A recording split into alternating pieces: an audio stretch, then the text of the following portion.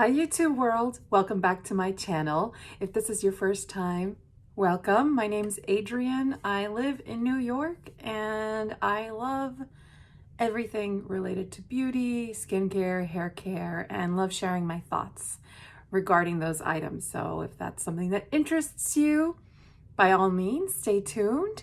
I just realized I hadn't provided an update on my commitment to use palettes, my eye palettes, eyeshadow palettes throughout the year, making sure I dedicate at least 1 week out of the year, the remainder of what's left, to each palette in my collection to just ensure that I really love it the way I think I love it. I kept quite a few palettes, I think about 40 palettes or so in when I went through my eyeshadow declutter, which I'll link down below.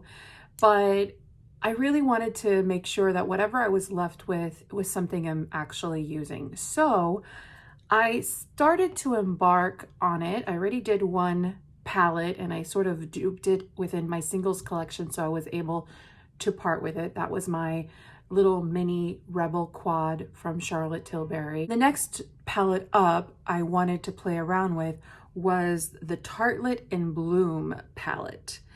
And as I started to play around with it, and I'll try to insert a look here, I did a look with it and I really enjoyed it, but what I realized was by the end of the day, it didn't stay. And I also realized, even though I love the color story, it's a really pretty, soft, neutral, slightly warm leaning palette, I realized that although I love the scent of this,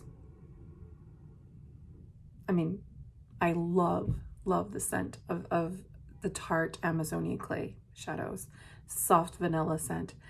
But one of the frustrating things about this palette is that all the shadows, the payoff that you see here, like if you go into this shadow, it's actually much darker applied than what you see in the pan, which makes it really hard to work with. Actually, you have to always remember that what you're seeing is not what you're going to get. You're going to get something much deeper. And actually, after using it a few days, I realized the shadows, they just don't perform the way I want shadows to perform. The metallics are a little lackluster. They have a really pretty sheen to them, but it wears off pretty quickly within the day. And then the mattes are just not as easy to blend. And even though they have a good color payoff, they're just not as easy to blend. And then while I was playing with this, I realized, this is kind of reminding me, color story wise, of the Nabla side-by-side palette. So maybe I should start playing with that one. So I pulled it out. It's this palette here. Now, there are different shades for sure, but there's a lot of similarities here as well. So I hope you can kind of see that. The Nabla has a much more diverse range. It has all of these cool gray tones here, shade here, and this shade here. So this one and this one are kind of toppery shades. They don't have a lot of base color. They're more flaky. And that's interesting, but it's, when you're working with it, it's just not as interesting as it looks in the pan. I'll just tell you, especially this one. This is a quite disappointing shade. I do enjoy these. I do enjoy the texture of the matte shadows. They blend nicely, but they're not perfect. They do require some work in them. I'm not gonna sugarcoat it. I will insert a look that I created. Now, in this look, I am wearing this shadow, kind of this row of shadows, and because using this started to remind me of my Anastasia Sultry palette, I whipped that out and I started to when I started to play with this, I started to wear one eye this color, one eye this color, because they reminded me so much of one another that I was like, wait, why do I have all these palettes that have these similar color stories? So I started to do that, and the look that I created, I'll insert the picture again here. One eye was this palette and the other eye was this palette. So I just started to realize there was a lot of duplication.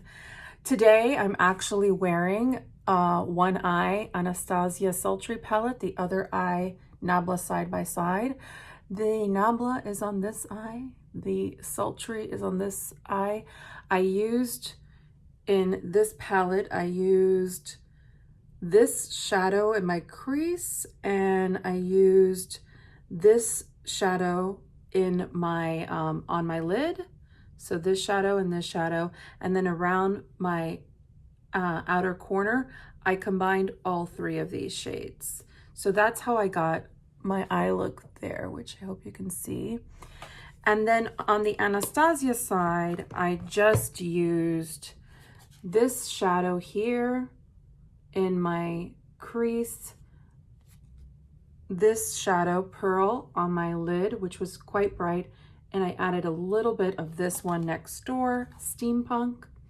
And then in my outer corner, I just used the Dystopian shade, this chocolatey brown. And that's what I got on this side. And I feel like they're basically identical looks. And in working with them over the course of about 3 weeks now, actually, and sorry I didn't take more photos as to the looks, but essentially I got a lot of the same looks out of both of them.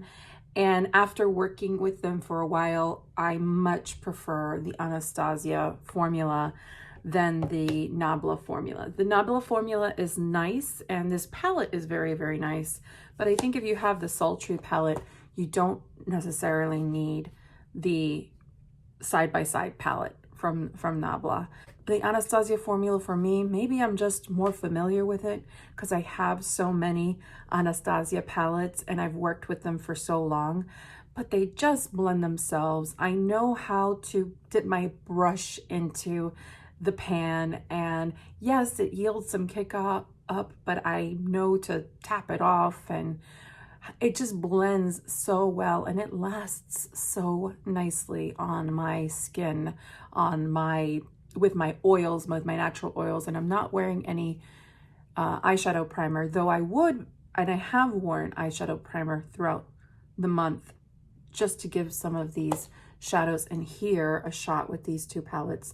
But essentially, these two palettes I'm happy to declutter because I'm really excited that I have this one in my life, and I feel like this one gives me what I like best about these two, but even amps it up a little further. And in this consolidated, very sturdy packaging, I think I'm really happy with the Sultry palette. So I just wanted to give a quick update and let you know that I'm decluttering 2 more palettes, and that this is really allowing me to appreciate what I have and appreciate the shadows that I have. Of course, I will continue playing. I don't know what shadow, what palette I'm going to be tackling next. Maybe, let's take a look. You know, I haven't given this palette from Sydney Grace, Tiny Marvels, as much love as it deserves, and it's such a gorgeous, gorgeous palette.